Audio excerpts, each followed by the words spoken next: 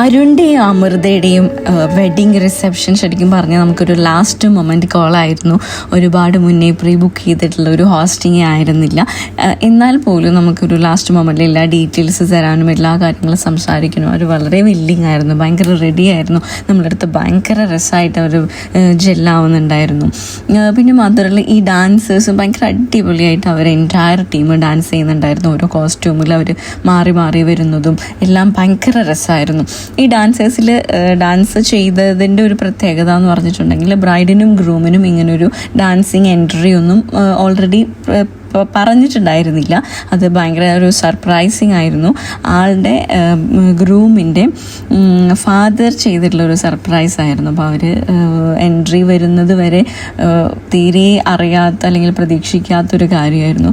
So അവർക്കത് ഭയങ്കര ഒരു സർപ്രൈസ് ആയിരുന്നു. പിന്നെ എൻട്രി കാര്യങ്ങളൊക്കെ ഭയങ്കര ഭംഗിയായിട്ട് തന്നെ ചെയ്യാനും പറ്റി. പിന്നെ മാത്രമല്ല അരുൺ ആൻഡ് അമൃത നമ്മൾ ചോദിക്കുന്ന കാര്യങ്ങൾക്കൊക്കെ ഭയങ്കര രസമായിട്ട് നമുക്ക് റിപ്ലൈ തരുന്നുണ്ടായിരുന്നു.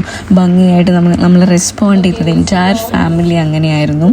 അപ്പോൾ മാത്രമല്ല അവിടെ നിന്ന് പോരുമ്പോൾ തന്നെ നമുക്കൊരു ഗുഡ് ഫാമിലിനെ മിസ് ചെയ്യുന്ന ഒരു ഫീലായിരുന്നു. അപ്പോൾ എങ്ങനെയാണ്? Bye from Jiniya Tony.